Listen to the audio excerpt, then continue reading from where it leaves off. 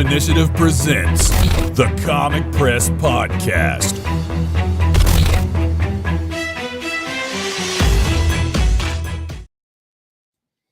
Welcome back, everybody, to the Comic Press Podcast here on the Nerd Initiative Network. My name is Jeremy. I am your host, as always. With me today is a very special guest. I have got Corissa Grant, writer of Redemption, owner of Worthy Chaos Comics. How's it going? Good. Thanks for having me on. Yeah, we had a little minor technical difficulty there with, links and such, but we got it working. Yeah, thankfully, because you get that panic where you're like, work already. Right.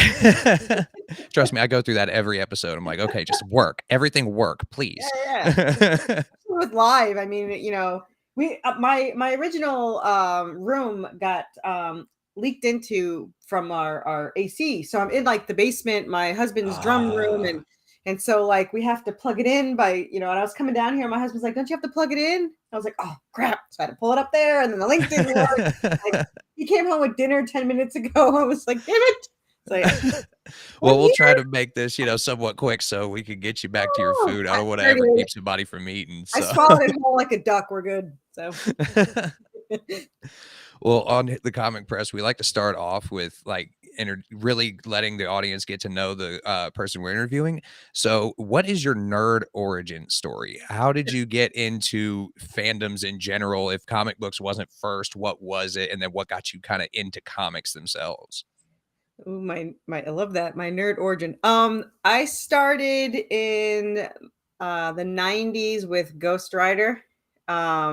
My brother brought me to the comic book store, and I was instantly just drawn to Ghost Rider, and I had to have it. So I think I started at like issue 7 with the Danny version, and then I collected it all through the 90s and kind of got away from comics. And what started it again, or all of this, was Resident Evil 2. I started playing Resident Evil 2. I got absolutely obsessed with it.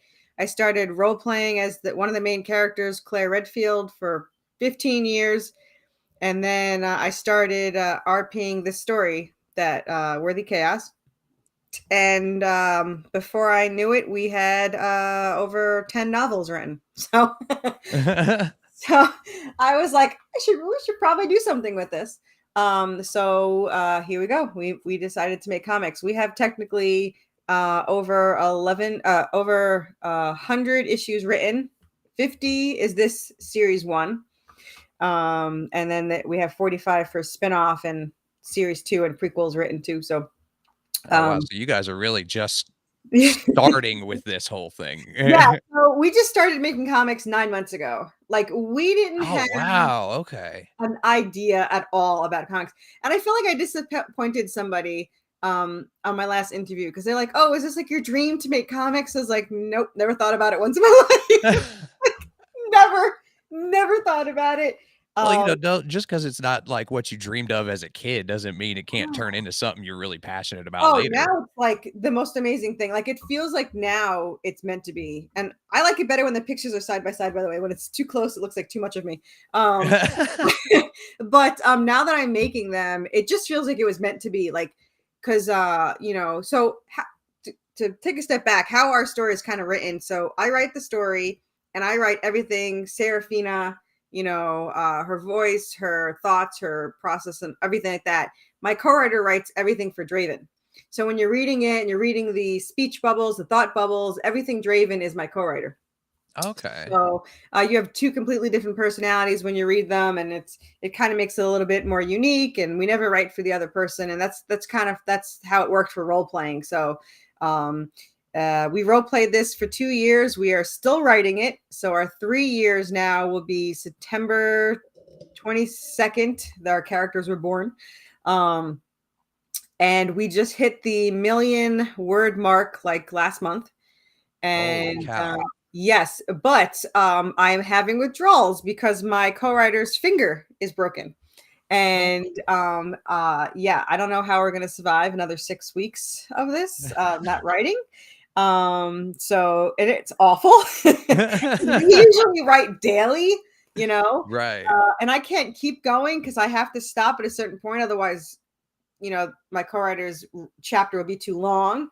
And right now, I already have a chapter written. The ending of the spinoff book 5, a chapter 1 in the spinoff series 2, and chapter 2 in series 2 and Redemption.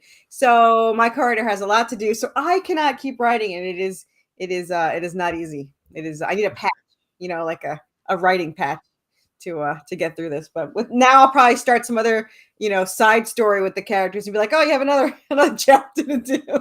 Oh, that's how it goes, right? It goes from one good idea to the next. So And it's sometimes it just shows up like unexpectedly. Like 2 months ago, I didn't even have the ending plan. I don't usually think ahead.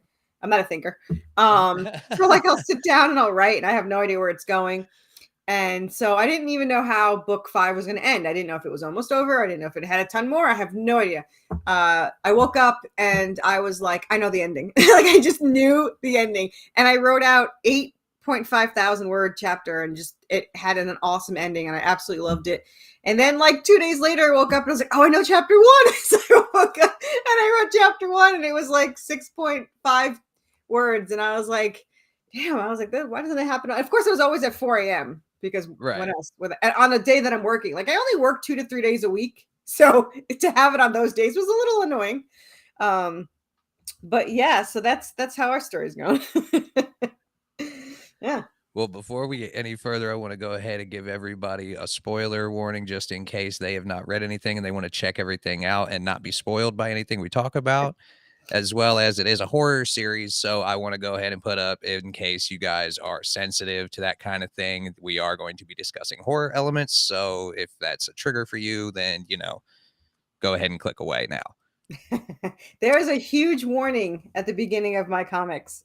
Yes, there is, which I mean, I feel like a lot of comics should do that, though. Yeah, I thought it was like the norm, but everyone's like, we don't do that. I was like, oh, I'm covering my butt.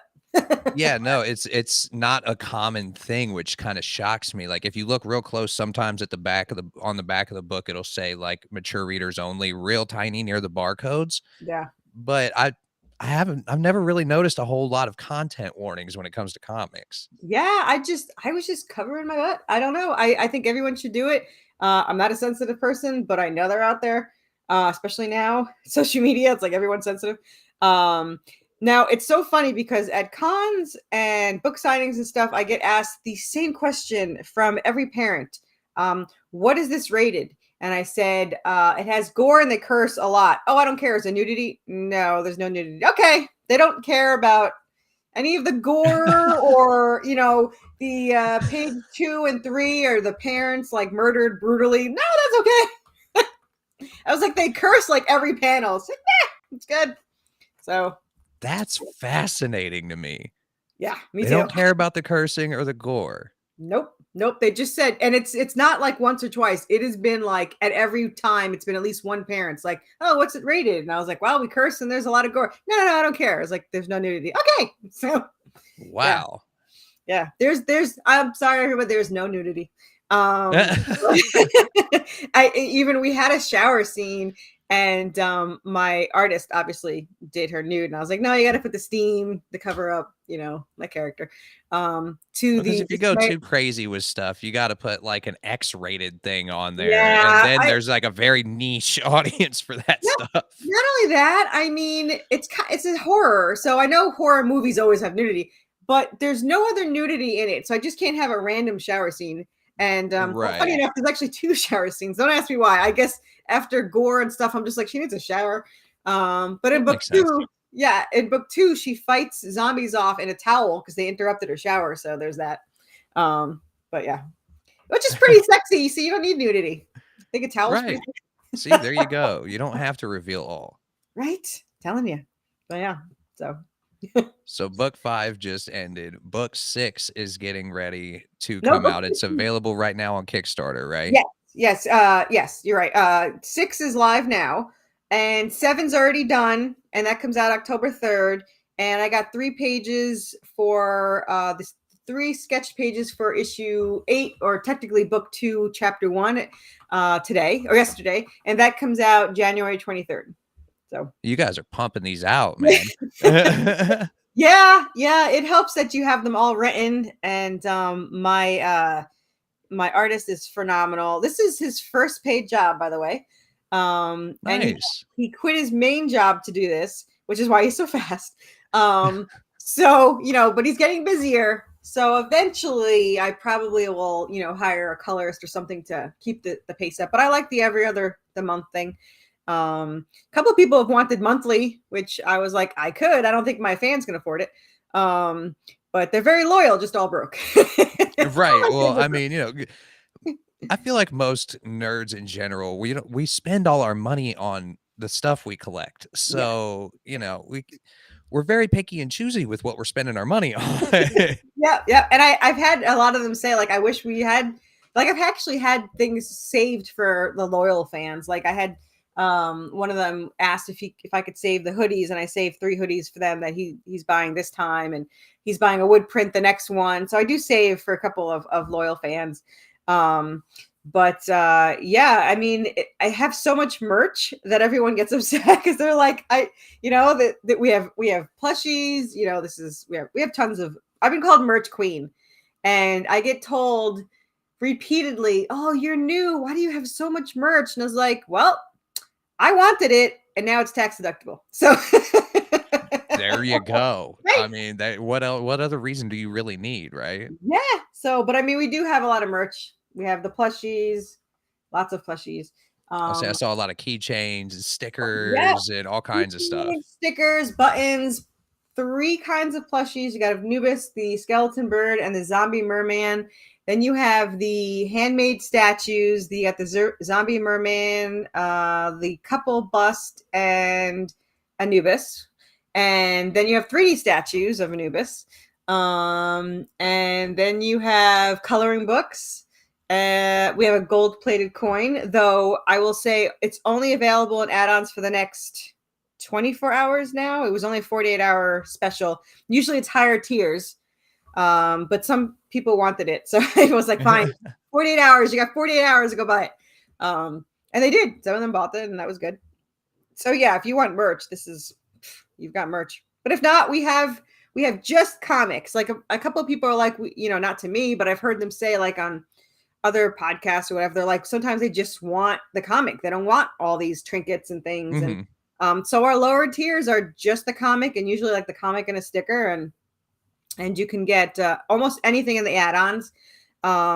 Something new that we have that people are starting to follow me now, which I think is funny because I know imitation is the strongest form of flattery, so I'm fine with that. But I got made fun of for being the rookie and all this stuff, and Right. they're like, oh, well, we never did that, and we never did that either. So there's a couple of things that I found out yesterday that I've left like a tiny legacy. People now are adding plushies. Like they're like, what's your plushie? So like 4 or 5 people have added plushies. And this wasn't a common thing, and I don't understand why, but I offer PDF 1 and print 1. Like you can literally just, if you're new, you can go and buy just issue 1. You don't have to buy 6. And nobody ever does that. It was always the current issue and then the catch-up tier. But I'm like, I can't make new people. I mean, they do surprisingly a lot, which is great. But I can't make them go like spend $55 on all the issues. I mean, they don't know. Right. So yeah, I have it where you can buy a PDF 1 or print 1, and then you can go buy 2 and 3 if you just want, 1 or 2. I also have a mini catch-up tier, which is just the first 3 to get a taste, and then you can have the catch-up tier for the PDFs or metal tiers, metal covers, or just a regular, catch-up tier with goodies and stuff. So we've got it all in there. But I'm just surprised a lot of people don't have issue 1 available. Yeah, no, like you can get them in like a lot of times I see them in like bundle deals where you can get The like bundle, yeah. every single issue, but you're Yeah. spending like 50, 60, $70. And And you not don't know what everybody's it got is. that to spend. Yeah. Or you don't know what it is. Like, is it worth it? I mean, Right. Like if it's a series I've been following for a while, then I yeah. might be willing to do that. But if it's something I'm just stumbling across, I Yeah. need a taste to bring me in a little bit, Yeah, I've had a couple people buy like PDFs the last couple, and now all of a sudden they bought the giant tier. They bought the ketchup tier with all that, because I had a lot of people that I knew buy the ketchup tier. And then I have a client that buys the ketchup tier every single time. I'm just like, they're all okay. No, that's fine. Like, it's like, well, hey, maybe they're giving them away to their friends. Hey, whatever works. That's the way I look at it. More eyeballs is more eyeballs, right? Yeah. And I do have the, the option and also our stretch goals. We've already passed stretch goal 1.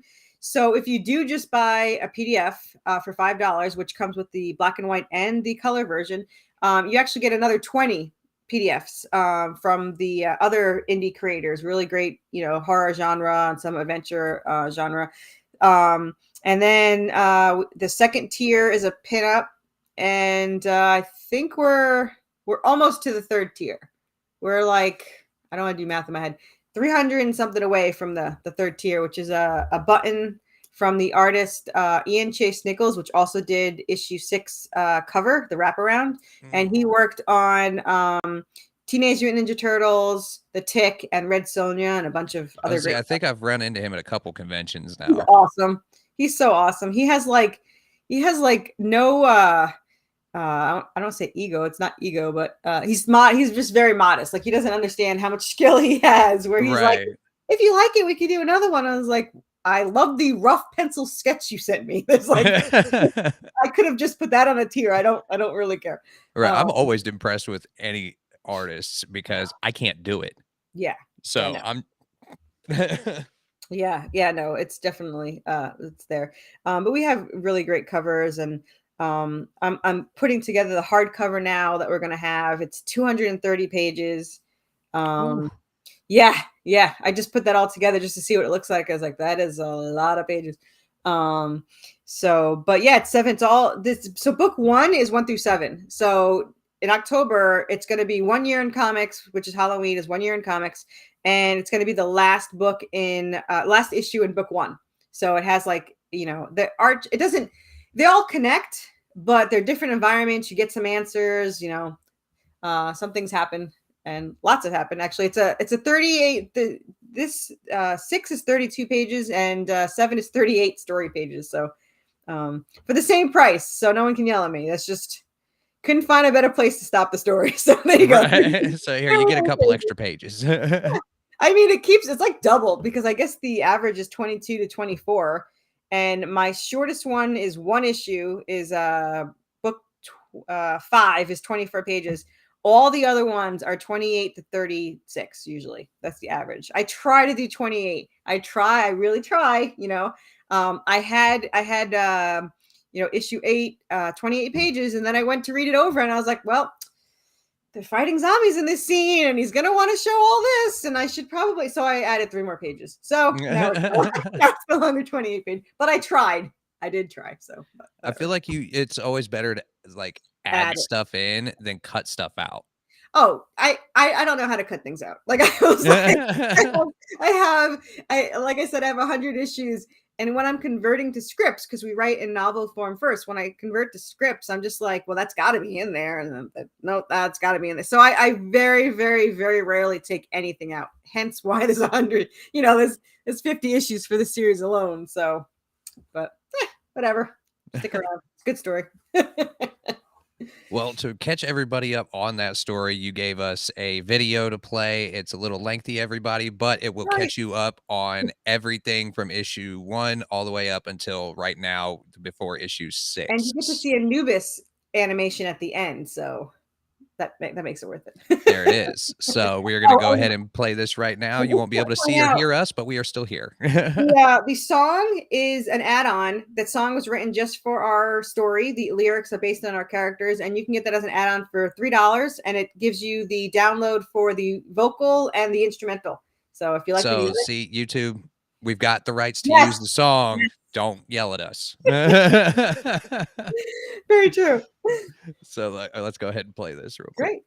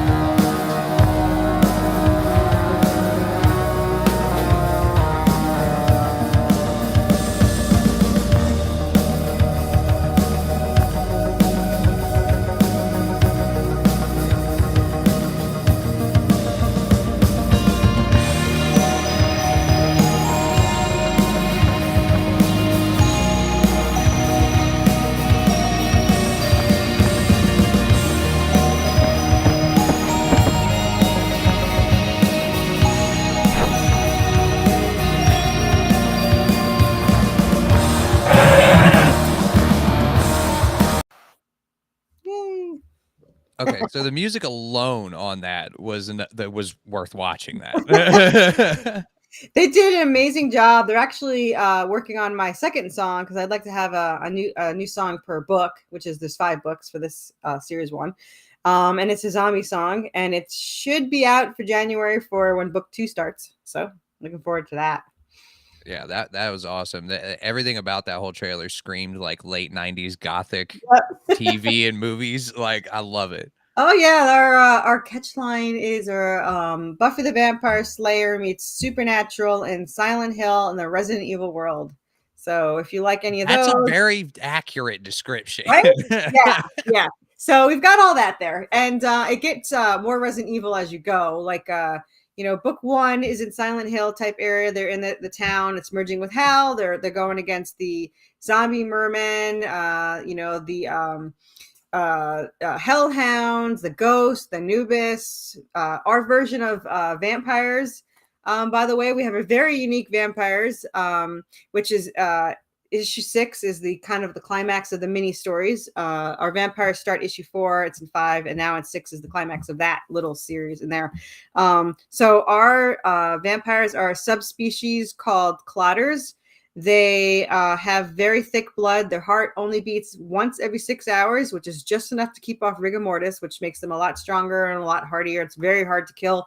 But because of that, they need to feed directly from a human because there's not enough protein in the bags or animals or anything like that. And if they don't feed directly from a human, they start to decompose like zombies. And since they still have their souls when they're turned into vampires, they have to decide if they want to feed off of a human and kill one or to decompose like a zombie. So to help secure these subspecies, clotters only turn the most ruthless people. So you've got serial killers and sociopath and just evil people in general, so that they don't mind killing humans as they go. And then there's this one horrible trait where if they taste your blood or bite you, they could track you anywhere anywhere you go, like a homing beacon. And if you kill one of them, the entire nest will be able to track you, and they will track you down and take revenge on you no matter what. So yeah, and there's no way to stop them. They don't need to be invited in. They can go in the sunlight. They don't sparkle, but they can go in the sunlight. I get asked that all the time. But in regular mythology, sunlight did not kill vampires. No. That was a media thing. That's movies started that and all that. So ours don't generally go in the sunlight, but when revenge is in order, they'll go and do anything. Garlic doesn't matter. I don't know where that mythology started. And stake him in the heart doesn't matter, which also did not work in mythology. It was just to pin them to the coffin. It did not kill them. So the only way to kill our lovely clotters is by chopping off their head. Fire will work, but by the time the flame consumes them, they probably would have killed you already. So you might as well just chop off their head. Right. So in 4 and 5, they're facing off against these, and now in 6, they have to take the fight to the vampires, and so they're on their hunt to go and track each one down and try to kill them before they can get back to get her. So that's what they're doing in 6. And then when 7 comes out, 7's kind of the climax of the whole town. You learn things that waiting to find out about, and little clues that we had given you, and then we give you 100 more questions, I'm sure. And then to the next book, which is book 2, and that one starts off in a haunted asylum, and they're trapped in there with ghosts, zombies, and giant salamanders on the ceiling. So, which are like lickers from Resident Evil. That's our homage to lickers. Yeah, good times. No, I love it. Now, I was going to say, you do have one sparkly character that I noticed. This one? Yes. Well, he's disappearing, so he doesn't sparkle. He's disappearing. Well, true, but yeah, this is one of the angels. This is her horribly failed guardian angel who is, screwed him up in their last life, and now he thinks he's doing good, but he's not. He's an idiot. But let me tell you how annoying this character is to me. And I created him, so I have no one to hate but myself. He does not use contractions, so I have to say cannot and do not, and it is, and it drives me crazy. It's very Spock-like. Oh, it drives me crazy. Or not Spock. I'm sorry, Data. Data, yeah. I don't even know where that came from. I guess I was just I don't know. It's not, the other angels don't do it. He's the only idiot that does it. And I have to be really careful because as a dyslexic, I write the opposite of whatever I mean to write. So like I have to go back and read it and overread it and everything. My mom's dyslexic. I've encountered that my entire It, life. yeah, and it's like the worst thing to do the opposite of. It's like, oh, I can't go tonight, and then or I can go tonight, and then you don't show up. It's like, yeah, Right. it is awful. It's absolutely awful. But yeah, it's very annoying. I took that test. I didn't even know I was dyslexic until I was an adult, and I had all the signs, but like nobody, paid attention to it or anything. Right. And then when I was an adult, I took a test, and you needed 10 points to be dyslexic, and I had 38. So I was like, whoops. Holy cow. Yeah. So I started as a one-liner when I was a gamer. So now looking back, I can't understand the process of one-lining. Like I don't understand what I wrote back then. Like I need to find some of my old writing to figure out what I wrote. But I wrote one-lining, and then I did for about 2 years, and then 2 years after that, for another 2 years, I did like para, which is like 200 words to put into perspective. And then I got so much better. I did like 500 words, and I was on a roll. And then I said, there's no way I'm ever going to do the Novellaire, which was about 1,000 words in role play. I said, I'm looking at those. I'm like, that is a lot of words. I don't know what they're writing. Forget it. It's just, and then someone's like, oh, you could do it. And now I do 6,000 words. So, yeah, I think I got a little better. So when you say you started all this off with like role play stuff, is that like on forums online or?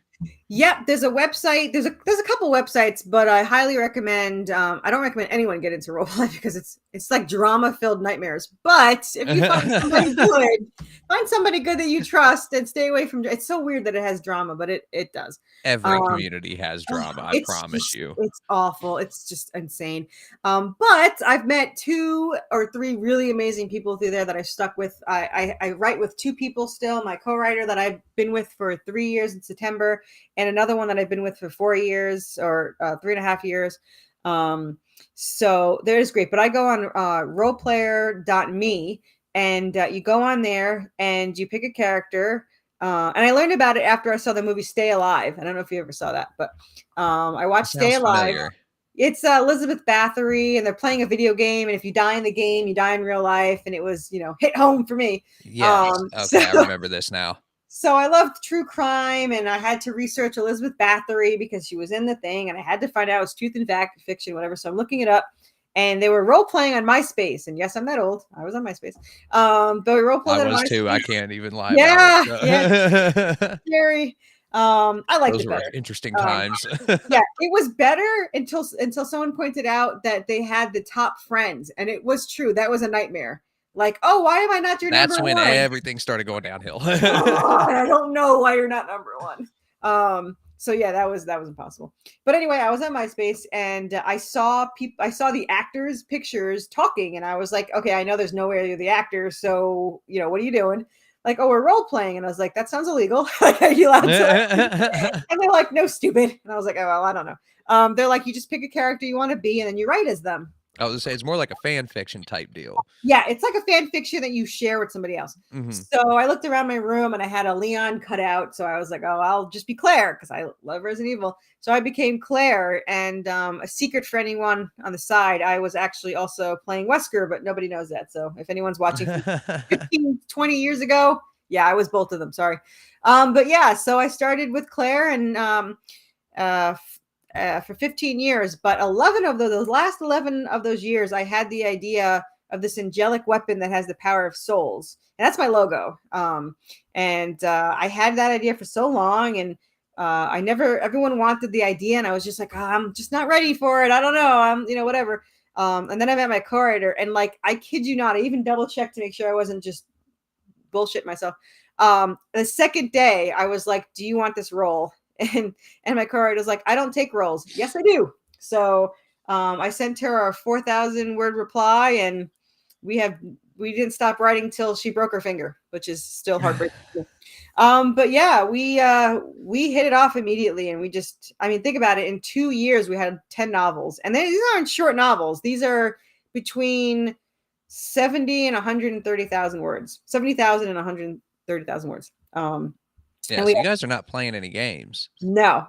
And everyone's like, someone made fun of me. They're like, well, I never write 3 issues ahead. I was like, I have 100.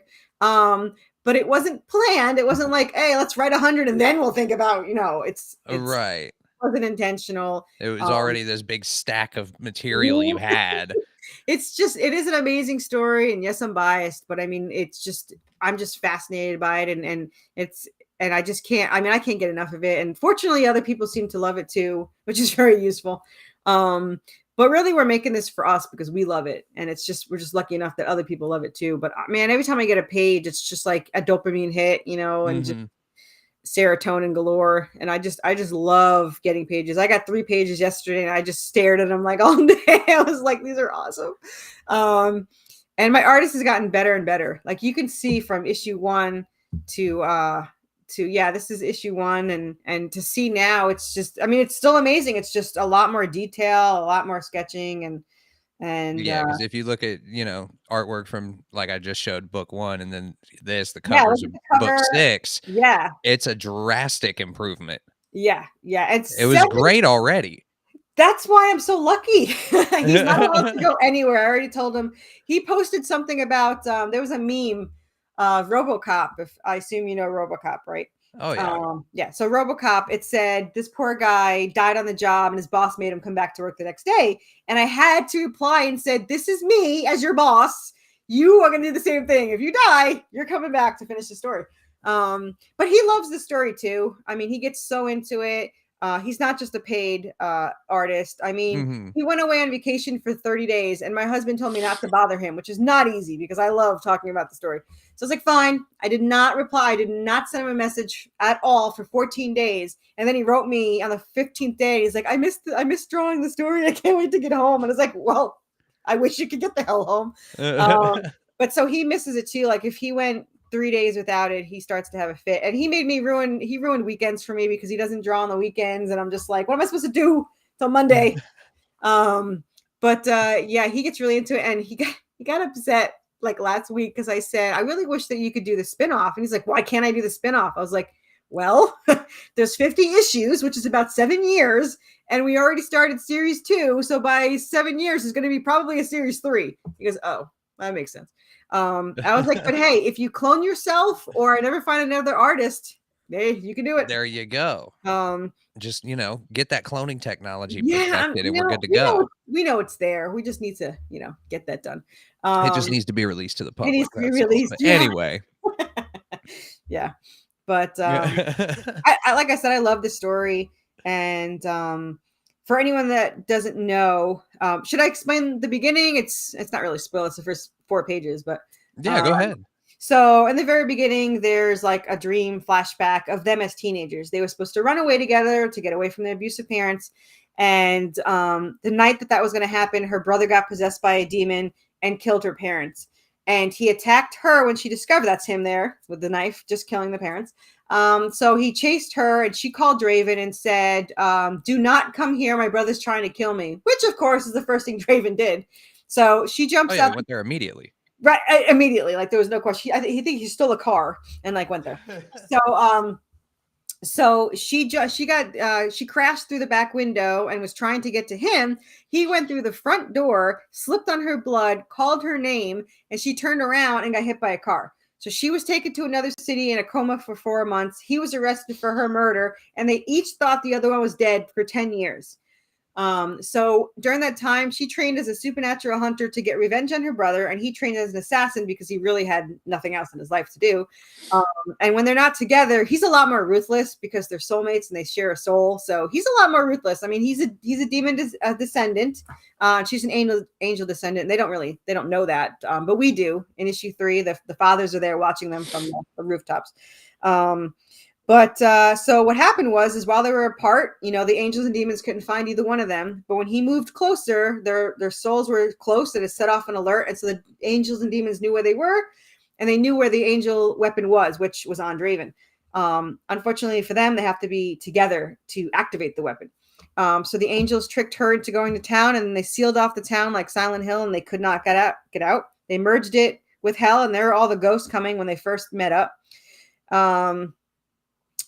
So now they're trapped in a town. At first they didn't trust each other. He thought it was a dream. She thought it was a trick. Obviously they got over that. But yeah, now that their fathers are there, they're trying to get this angelic weapon from her to tip the scales in heaven or hell's favor. The father actually wants it for another reason, but he's using the war as an excuse to get it. He's telling heaven that's why he wants it, so that he can do that. But yeah, their goal is to pretty much get this weapon from her, which she was created out of. So it's connected to her. It reacts to only her. And so pretty much now it's like a survival of, trying to fight against their parents as they send everything they can after them, hellhounds and Anubis and everything like that. So, like I said, guys, this series screams like late 90s gothic vampire zombies. If that's your bag, this is definitely the series you guys need to check out. It is never boring. Like, no. I think during issue 5, there's like 3 pages that they get to talk. so it's mostly action. But I had to give them some talking. And it's so funny because it's like the shortest issue, so you could tell that I was just like, let's talk, and then we'll move on. Right. But they did get to talk. They did kind of get, all that stuff out. Now we do have thought bubbles, which is a very retro thing to do in comics. However, in the old comics, they were mostly like, exposition, trying to tell you things or whatever. Now it's more like you're getting inside their heads, because it's kind of like a movie novel comic. It's got all these elements to it. So we wanted people to get inside the characters' heads and get what they're thinking, because that was the fun part about reading the novel, was to get into their heads. Now the characters are like the writer. So my character talks all the time and barely thinks. So that's Serafina. She's like hardly thinks. And then you have Draven, who thinks mostly and then has like one word or short word sentences. I think later on he starts to kind of start talking more, but generally he's just sarcastic. So, but he thinks a lot. Like they have a lot of issues. They've got issues, people. It's just the way it is. A lot of drama, a lot of trauma. Yeah. Like, We torture our poor characters. It gets worse. Like it gets way worse. But whatever. They're together. They don't care. Right. I mean, as long as that's working out for them, they're way better than they were. So yeah. Oh yeah, definitely. And for anyone that asks me where the name Worthy Chaos comes from, it's actually her, because in the story you'll see we came up with the name after, because I could not think of a name, so it took me forever. And I didn't need a name before, so like I kind of stalled. Like I didn't have, I wasn't releasing it or anything, so I didn't really have a title. And then when we needed a title, I was like, well, he always says she's worth it, because her angelic blood, it attracts everything negative and all these monsters and stuff. So she creates all of this chaos for Draven, and she feels bad for that. And he just says that she's worth it all the time. So I just said she's the Worthy Chaos. And no, it's perfect. Yeah, it was perfect. It was perfect when when I first said it, I was like, oh, that's it's perfect. And for anyone that wants to find it on Facebook, that code, I believe, does go to on that Facebook for Kickstarter. So you could follow the codes, you could follow the links. The easiest way is to just go to Kickstarter and search Worthy Chaos. We are the only thing that pops up. Do not search Redemption, because there's like 700. Right. I think the worst name. But Worthy Chaos, we're the only one that pops up. You could see all 5 of our, by the time some people check, it might be 6 or 7. I don't know. Right now, 6 is live until September 12th. So you've got some time. So. Yeah, you got some time, and that code will take you directly to the Kickstarter page for issue 6. So you guys won't have to worry about going to the wrong place or anything. Just scan that code and you're good to go. Yeah, and we have lots of goodies and a lot of add-ons. Make sure you go through the add-ons. It's extensive. There's a lot. There's a lot. And there is a secret cover. It is a topless cover. I didn't want people to buy it because of the topless cover, because, like I said before, there's no nudity in the book. This was a gift from a Marvel artist, and I just could not use it. It is a topless cover of a female vampire. And you can only get it in the add-ons. It's only probably going to be available this time. If we have a couple leftovers, then maybe we'll have it another time, but I'm not making any more. This is it. Right. And I don't mention it at all on the page at all. It is just my brother found it because he's a pervert. But other than that, he was dying. Well, because that's one thing, like a lot of indie horror books on Kickstarter, it's like constant nude covers or, they do sell. And I understand that, but it's like, dude, I don't want to see that all the time. Like, and I didn't want to see it on the page. And I have nothing against topless. I have them. I know they're good. I understand. But I didn't want to sell it that way. You know what I mean? No, because it's an actual good story. So it's an amazing story and it's worth reading. And I know, trust me, I've seen how high these campaigns go. I mean, if they have any nudity in them, they get like $60,000. It's ridiculous. Like, it's insane to me. It is crazy. Yeah. There was like a, you see something really good and creative and it'll get like just over goal. And I'm like, what is going on here? And then you see, like, I saw one, it was like lesbian porn pretty much. And it made like $67,000 for like issue 11. I was like, crap. Wow. I was like, tempting, but I think I'll stick to my literary creative story. Yeah, I actually like some substance to my. Yeah, I mean, we put a lot of thought into this story. I mean, everything we tried to prevent plot holes as much as possible. Hey, potholes suck too. Potholes too. I was gonna say potholes too. I mean, when I can avoid them. But we look up a lot of things. We don't just, I'm sure there's some things we missed, but if we're ever going to do something, we look it up. Like, for example, she uses a rebar to trap the demon because a demon can't fight against iron. They can't touch iron. But then, of course, I had to go research. I was like, does rebar even have iron in it? And rebar has is it actually made out of iron or is it steel or is it? It's steel, which I didn't know. Steel is 97% iron. So we were able to use the rebar.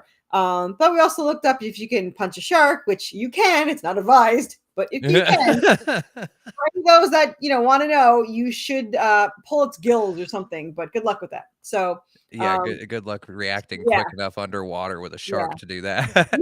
We had to make sure a shark can jump out of water because it jumps out in book 2. I think I lost track. I think it's book 2. A lot of issues, people. But it's so funny because my favorite book, and I know you're not supposed to have favorites, so I'm really sorry. My co-writer yells at me all the time, I don't have favorites. I have a favorite. Book 3 is my favorite. They are all good and they get better as they go. But book 3 is Resident Evil 2. It was my original thought. It's originally what I wanted to do. They're trapped in an infested city with 2 other survivors with zombies everywhere. And our Anubis is like Nemesis. He kind of tracks them down as they go. So I was so focused on getting to book 3, which is issue 15, that I forgot how good book 2 was. So I'm like converting 2 because I want to get to 3. And I was like, oh, there's zombies in this one. I don't remember that. And I was like, oh, there's giant salamanders. That's right. I was like, oh, there's ghosts. So 2 is great. And it's better than, and it's even better than 1. It's nonstop action. And we have 3 different forms of zombies too. I didn't know this either. I learned things from interviews because people ask me questions that makes me think. So we have the Dawn of the Dead zombies in book 1, where they come from hell and they're kind of coming up from the ground, whatever. Book 2 are zombies possessed by ghosts. So they're reanimated, but they're possessed by ghosts. And then book 3 is the Resident Evil infected kind. I won't say what they're infected with, but it is important and it is a cool thing to happen. So yeah, we have 3 different forms of zombies, and we probably have more in 4 and 5, and I know we have the hell ones there, but I'm sure there's zombies just pop up everywhere. We love zombies. I was a zombie girl before it was cool. I was in the 90s before The Walking Dead came out. So yeah. I'll say if you haven't played the Resident Evil director's cut version, you weren't there for the original heyday for the zombies, man. I started on Resident Evil. So I don't know if you've seen my other 100 and something podcast, but the reason why I played Resident Evil 2 was because a commercial came on where the crocodile comes out to bite Leon in the sewer. Mm-hmm. I don't know why. I think a crocodile is my spirit animal. It literally made me go out and buy PlayStation 1 and rent the game. Wow. And then I was just absolutely obsessed with it. And I absolutely loved it. But it was just that one scene. So our Easter egg, by the way, all our issues have Easter eggs in them. Easter egg for issue 1 is a crocodile in the sewer. So you have to look for that. I also saw your logo as a pendant on the side table in Draven's room. Yes, that is the angelic weapon. Yep. And I can tell you right now that the artist that created my logo, I'm pretty sure changed unlimited revisions to something more realistic, because I just kept changing that bad boy over and over again. But yeah, the weapon is, I want that made for real. Someone said they could do it for me for like $500, which is very tempting, but could I really wear it? Because I'm going to be scared of losing it or whatever. I mean, yeah. you could. If we ever get higher tiers and we get to 500 back, actually, when I get to 500 backers, I'm required to get my logo as my first tattoo. So I got to think of another number. Yeah, I'm a wuss, and I've been wanting to do it for a long time. But I said, so if anyone wants to stop at $4.99, I'm perfectly okay with that. Suddenly, the Kickstarter ends early at $4.99. But yeah, so hopefully someday we will get that high up there. But and I'll probably record it, because you can see me cry like a little, wuss. We'll see how that goes. So is there anything else you guys have in the works that isn't related to the Redemption series? Are there other comics going to come out of Worthy Comics? Worthy Chaos Comics, I should say. So the Worthy Chaos Comics is 3 series. It is Redemption, and then there's a prequel called Damnation, and then there's the spinoff that's Salvation. Damnation is 10 issues in, but it's got to probably be like 5 books, because we want to write how the feud between the fathers started, how the weapon was created, how it was used to create Seraphina, how Draven was created to get to Seraphina, and obviously that didn't work out. But our Salvation is actually already done. That's the one that's the 45 issues already done. And it's a what if, because I love what ifs. Like, I was a big what if Marvel person. So how before, when I said that they ran away, they were supposed to run away that night. Instead, they got separated for 10 years. In this spinoff, they do run away. One tiny thing changes everything, and they get to run away. And at first it was a joke, because I'm like, how hard can it be? They run away. They're teenagers. Oh, big deal, But now I realized, while we were writing it, they don't have any skills of an assassin. They don't have any supernatural skills. They have no knowledge of the supernatural. And now they're on the run as teenagers with, like, the wussiest teenagers. I mean, he's kind of ballsy because he's got anger issues. But, they're just these 2 teenagers, and everything is still after them.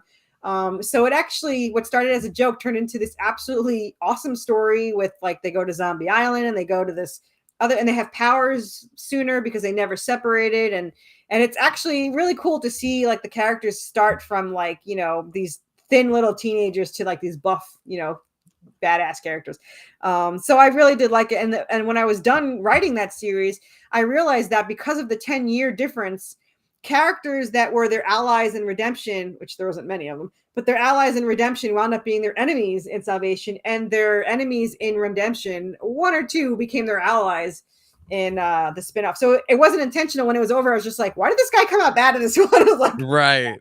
But it was just the way the timeline affected them, and it was just, we went the natural way of how it worked, and then certain things mirror each other, like certain things happen but in totally different ways, and it was kind of cool, and it was fun to do. And I'm sad it's over, but it was a cool 5 books there too. Yeah. No, that's awesome. Someday we're gonna release go back this one so I can afford to release more. Right. See, there you go. Like I said, guys, go ahead and scan that QR code right there on the screen. It'll take you straight to the Kickstarter page so you can back this. Before we get out of here, I do have some things that I need to plug real quick. And real quick, everybody, make sure you tune in to Fandoms. The next episode of that is going to be on September 1st. Every Wednesday, make sure you check out nerdinitiative.com/comics-books. If I could talk straight, that would be great today. Starting at 9 a.m. every Wednesday for the best new comic book day reviews. Next episode of Comic Press Podcast is going to be August 29th. The next live episode is going to be August 30th. My guest will be Tyrell Cannon, artist on the Schlub from Image Comics. And then our newest show, Turn a Page, is going to have its next episode August 29th. And we have a brand new show coming very soon for you pro wrestling fans out there. Wrestling Night Live coming very soon to the Nerd Initiative Network as well. My name is Jeremy. Thank you so much for coming on the show, Corissa. It was a lot of fun having you on today. Having me on and let me ramble for about an hour. Yeah, no, that's if guests come on and don't talk, I don't have a show. So I always tell people, I'm like, never apologize for talking too much. Yeah, you'll never have a problem with talking with me. You'll always have. There's no silence when I'm nearby. So yeah. Well, guys, like I said, make sure you go check out Redemption on Kickstarter right now. And as always, everybody, please be safe, be kind, and take it easy. Thank you.